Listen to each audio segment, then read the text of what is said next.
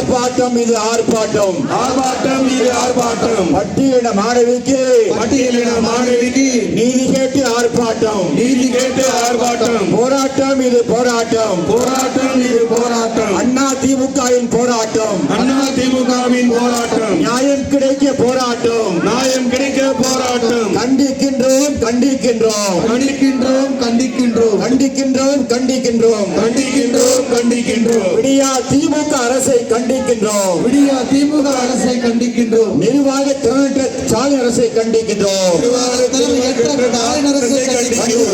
கண்டிக்கின்றோம் கண்டிக்கின்றோம் கண்டிக்கின்றோம் கண்டிக்கின்றோம். வேண்டும் வேண்டும் வேண்டும் வேண்டும் நீதி வேண்டும், நீதி வேண்டும், நீதி வேண்டும். நீதி வேண்டும். திமுக எம்எல்ஏ திமுக எம்எல்ஏ திமுக எம்எல்ஏ திமுக எம்எல்ஏ கருணாநிதி குடும்பத்தினரால் கருணாநிதி குடும்பத்தினால் வன்கொடுமைக்கு ஆளான வன்கொடுமைக்கு ஆளான பட்டியலின மாணவிக்கு நீதி வேண்டும், நீதி வேண்டும், நீதி வேண்டும், நீதி வேண்டும், நீதி வேண்டும், நீதி வேண்டும், நீதி வேண்டும், நீதி வேண்டும். பட்டியலின மாணவிக்கு நடத்தப்பட்ட வன்கொடுமையை மறைக்கின்ற விடியா அரசை கண்டிக்கின்றோம் கண்டிக்கின்றோம் கண்டிக்கின்றோம் கண்டிக்கின்றோம் கண்டிக்கிறோம். வீட்டு வேலைக்கு சென்ற மாணவி கையில்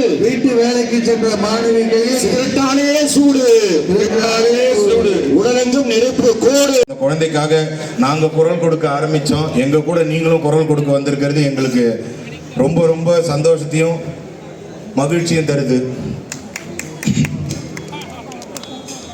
ஒரு சட்டமன்ற உறுப்பினர் பொறுப்பேற்கும் போது இந்திய அரசியல் அமைப்பின் பால் அப்படின்னு சொல்லி அதுக்கு கீழே ஓத்து எடுப்பாங்க. அதுக்கு கீழே நிறைய விஷயங்கள் சொல்லுவாங்க. அதை என்னைக்குமே திராவிட முன்னேற்ற கழகம் எதுக்கு சொல்றாங்கன்னு எனக்கு புரியவே புரியாது. ஏன்னா அதுக்கும் அவங்களுக்கும் சம்பந்தமே கிடையாது. அதோட மரபுகள், ரூல்ஸ் அண்ட் ரெகுலேஷன்ஸை என்னைக்குமே கடைபிடிக்காத ஒரே கட்சி திராவிட முன்னேற்ற கழகம் தான். ஒரு சட்டமன்ற உறுப்பினர் அவரது வீட்டில் வேலை செய்யும் ஒரு பெண்ணை அவதூறாக பேசி, துன்புறுத்தி, கொச்சப்படுத்தி, ஆபாச தொல்லைகள் கொடுத்து, சூடு வச்சு, அடித்து, இவ்வளவும் நடைபெற்று கொண்டிருக்கிறது இந்த தமிழகத்தில். 2.5 வருஷமா இந்த குழந்தைக்கு மட்டும் இல்லை, தமிழ்நாட்டுக்கே இதான் நிலைமை. இது Who is your role model? உங்களுடைய முன்மாதிரி தலைவி யார் என்று கேட்டால் அத்தனை பேரும் சொல்கிற ஒரே வார்த்தை புரட்சி தலைவி அம்மா மாதிரி இருக்கிறார். கருணாநிதி இன்றைக்கு அதே பெயரை வைத்துக் கொண்டு இங்கே பல்லாவரத்திலே மக்களுடைய வாக்குகளை பெற்று, மக்களை ஏமாற்றி வாக்குகளை பெற்று வெற்றி பெற்ற கருணாநிதி என்ற ஒரு அயோக்கிய பயல் இன்னைக்கு சொல்றான், அவன் மகனுக்கும் எனக்கும் சம்பந்தம் இல்லை.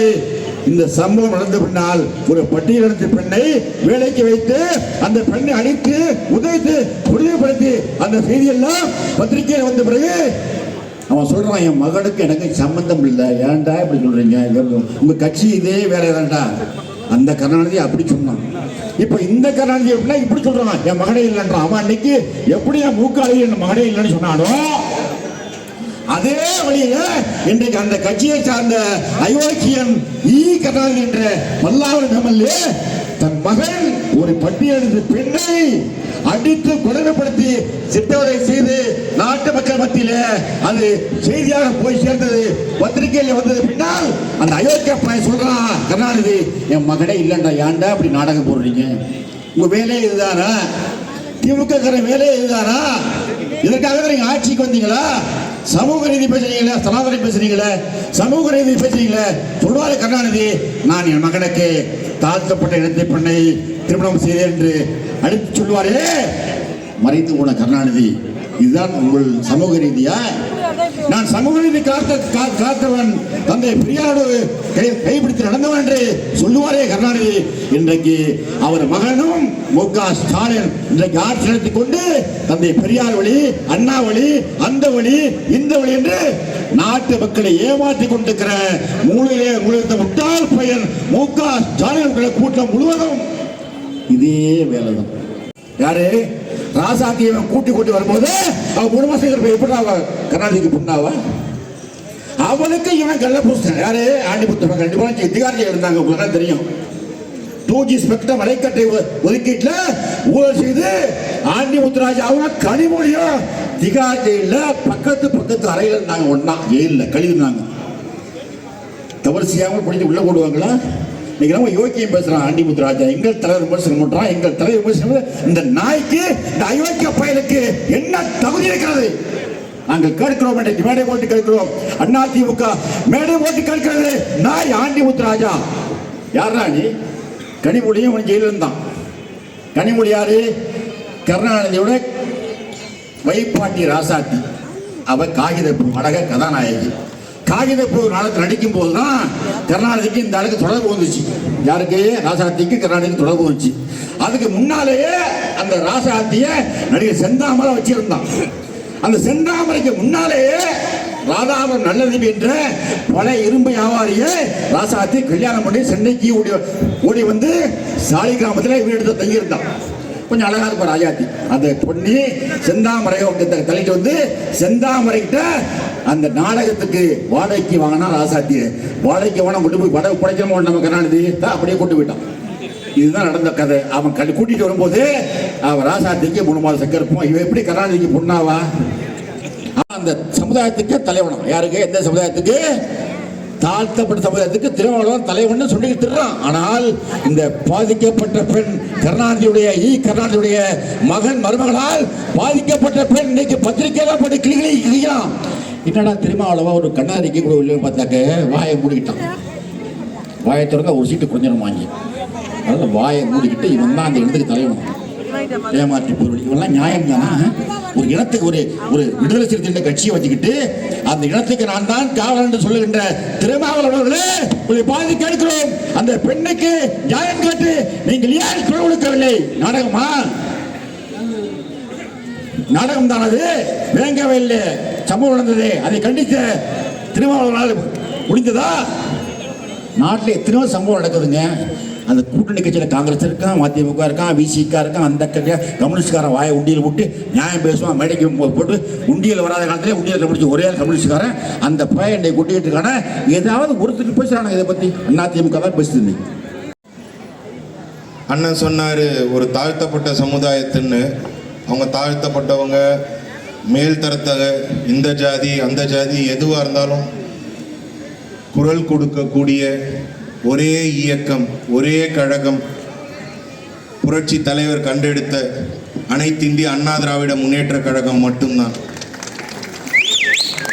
ஒரே காரணம், 2021 தமிழ்நாடு பொதுமக்கள் வந்து தவறாக ஸ்டாலின் தான் வராரு, விடியல் தான் தாராருன்னு அந்த ஒரே ஒரு பாட்டில் விழுந்துட்டாங்க. அந்த ஒரு பாட்டில் ஏமாந்து போய் அந்த சூரியனுக்கு ஓட்டை போட்டுட்டு இன்னைக்கு வரைக்கும் ஜனங்க துன்பத்திலையும் துயரத்திலையும் இருக்கிறாங்க. எப்படா இவங்க ஆட்சி விட்டு போவாங்க, எப்படா அதிமுக மீண்டும் ஆட்சிக்கு வரும், எப்படா இதுக்கெல்லாம் ஒரு விடிவு கிடைக்கும்ட்டு. உங்கள் வீட்டு பொண்ணுக்கு நடந்தால் நீங்கள் சும்மா இருப்பீங்களா? அண்ணன் சொன்னார் அவங்க கூட எத்தனோ கட்சி கூட்டணியில் இருக்குது. ஏன் ஒரு கட்சி கூட? பல விமர்சனம் செஞ்சீங்க, பல ஆர்ப்பாட்டத்துக்கு நீங்கள் வந்து கோரிக்கை வைக்கும் போதெல்லாம் அதிமுக ஆட்சியில் இருக்கும்போது அண்ணன் எடப்பாடியார் முதலமைச்சராக இருக்கும்போது எல்லாத்துக்குமே அனுமதி கொடுத்தாரு. மடியில் கனம் இருந்தால் தான் வழியில் பழையம் இருக்கும்னு சொல்லுவாங்க. அவர் மடியில் கனமே இல்லை. நீ எத்தனை கேஸ் போட்டாலும் நீங்களே வாபஸ் வாங்குறேன்னு சொன்னால் கூட நீ வாபஸ் வாங்கக்கூடாது, நான் நடத்தியே தீர்வுன்னு தைரியமாக நடத்துகிற ஒரே ஒரு தலைவர் புரட்சி தலைவரோட எங்களோட தளபதி, எங்கள் அண்ணன் புரட்சி தமிழர் எடப்பாடியார் மட்டும்தான். நீங்கள் சும்மா தான் பேருக்கு தளபதி. தளபதினா ஒரு போர் வீரர், அது பேரில் டேக்லைன் மாதிரி வச்சுக்கிறீங்க. வடிவேல் வச்சுப்பார் ஒரு படத்துக்கும், நாய்சேகர் அந்த மாதிரி உங்களுக்கு ஒரு டேக்லைன் தான் அது. உண்மையான தளபதி நீங்களாம் கிடையாது, உங்கள் கட்சியும் கிடையாது. அதே போன்று நன்மங்கலத்தில் வாக்களித்த பொதுமக்கள் உன்னிடம்தான் கேள்வி கேட்பாங்க, குறைய முறையிடுவாங்க. ஒரு சட்டமன்ற உறுப்பினர், ஒரு நாடாளுமன்ற உறுப்பினர், ஒரு மாமன்ற உறுப்பினர், இவங்களிடம்தான் பொதுமக்கள் தனது குறையை வந்து முறையிடுவாங்க. நீங்கள் நடத்தாதீங்க. உங்களுக்கு அதை நடத்த தெரியலன்னா நடத்தாதீங்க. கிராம சபை கூட்டம்னு வச்சு நடத்திட்டு அதில் கேள்வி எழுப்புறாங்க. ஒரு அம்மா, எங்கள் வார்டில் வந்து மழைநீர் தேங்கி இருந்தது, அதுக்கு எந்த ஒரு கவுன்சிலரும் வந்து எட்டி பார்க்கல, இதெல்லாம் பர்சனல் கொஸ்டின்மா, இங்கே கேட்காதீங்க. எது மழை தண்ணி எங்கள் வீட்டுக்கு வருதுன்றது பர்சனல் கொஸ்டின். அதை கேட்டதுக்கு நீ உன் ஓட்டை பூட்டி வச்சுக்கோ. தம்பி, எல்லாரும் அவங்க ஓட்டை பூட்டி தான் வச்சுக்கிறாங்க. 2024 தெரியும் அந்த பூட்டை ஓப்பன் பண்ணும்போது அந்த ஓட்டு எங்கே போய் உழப்போகுதுன்ட்டு. அன்னைக்கு தெரியும் உங்களுக்கு உங்கள் கதை. உங்களுக்கு அவ்வளோ தெனாவட்டு திமிரு திராணி. சரி, உங்கள் திராணிக்கு 182வது வார்டு மாமன்ற உறுப்பினர், பெருநகர சென்னை மாநகராட்சி அனைத்து இந்திய அண்ணா திராவிட முன்னேற்ற கழகத்தின் குழு தலைவர், இதெல்லாம் வேணாம் விடுங்க, இதெல்லாம் உங்களுக்கு ரொம்ப ஜாஸ்தி. சென்னை புறநகர மாவட்டத்தை எம்ஜிஆர் இளைஞரணி இணை செயலாளர் நான் சவால் விடுறேன். நாங்கள் எந்த கூட்டணியும் இல்லாமல் தனித்து போட்டிடுறோம். இனி வர எல்லா தேர்தலையும் உனக்கு திராணி இருந்ததுன்னா, உன் கட்சிக்கு திராணி இருந்ததுன்னா நீ தனித்து போட்டியிடு. தேர்தலுக்கு முன்னாடி ஒரு பேச்சு, தேர்தலுக்கு பின்னாடி ஒரு பேச்சு. 521 வாக்குறுதி ஒண்ணு கூட நிறைவேற்றல. ஒரு வாக்குறுதி நிறைவேற்றல. துப்பு கெட்டு போன முன்னேற்ற கழகம் திராவிட முன்னேற்ற கழகம் கிடையாது. துப்பே இல்லாத ஒரு முன்னேற்ற கழகம் தான் திராவிட முன்னேற்ற கழகம். ஒரு சிங்க நிகர் தலைவி இல்லையா? 10 ஆண்டுகளுக்கு பின்னால், 5 ஆண்டுகளுக்கு பின்னால் ஒரு ஆண்ட கட்சியை மீண்டும் இந்த தமிழ்நாட்டிலே ஆள வைத்த தலைவி நம் தலைவி, புரட்சி தலைவி அம்மா. புரட்சி தலைவர் எம்ஜிஆர் இறக்கிறா. எல்லா பாவி பயனும் நினைச்சான் அதிமுக சாப்டர் க்ளோஸ் நினைச்சான். புரட்சி தலைவர் எம்ஜிஆர் உடைய மறைவுக்கு பின்னால் இந்த கட்சி 2ஆ போச்சு. ஜே ஜா சேவல் புராணு போச்சு.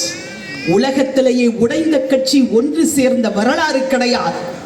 இழந்த சின்னத்தை மீட்டெடுத்த வரலாறு கிடையாது.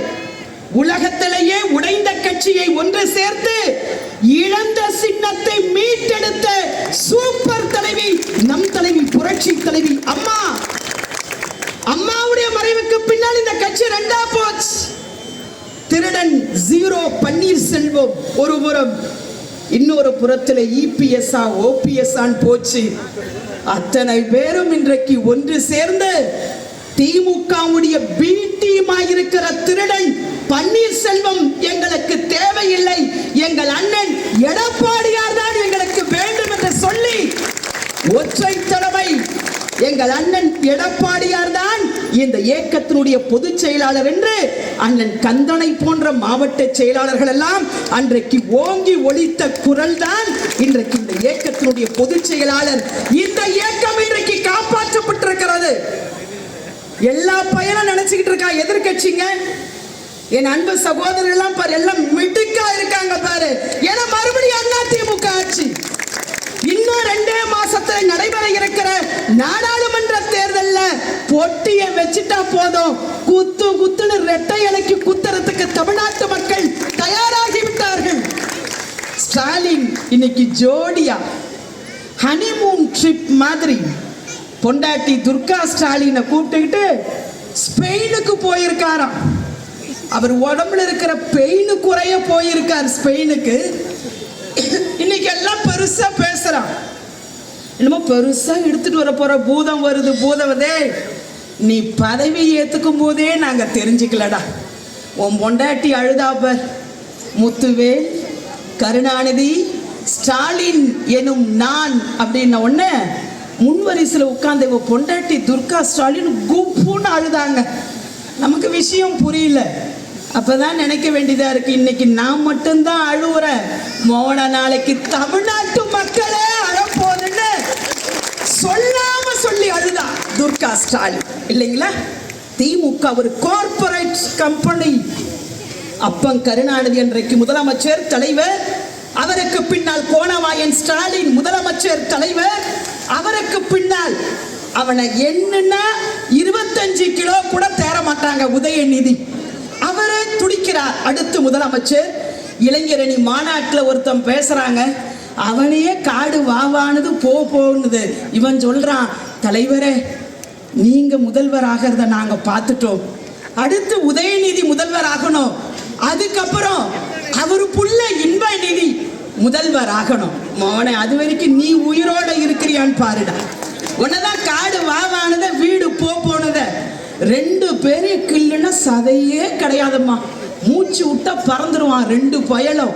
இன்றைக்கு இந்த இயக்கத்தை தவழ்ந்து வந்தாராம் எங்க அண்ணன் எடப்பாடியார். ஆக்ஷன் காட்டுறாங்க. உதயநிதி தவழ்ந்து வந்து முதல்வரானார். உங்க அப்பன் கருணாநிதி எப்படி முதல்வர் ஆனார் தெரியுமா? உங்க தாத்தா கருணாநிதி அண்ணாவுடைய மறைவுக்கு பின்னால் ஆக்சுவலா இந்த நாட்டில் யார் முதலமைச்சராக இருக்கணும்? மறைந்தாரை நம்முடைய கழகத்தினுடைய அவைத்தலைவர் மரியாதைக்குரிய டாக்டர் நாவலர் தான் இந்த நாட்டில் முதலமைச்சராக இருக்கணும். அன்னைக்கு உங்க அப்பா கருணாநிதி என்ன பண்ணார் தெரியுமா?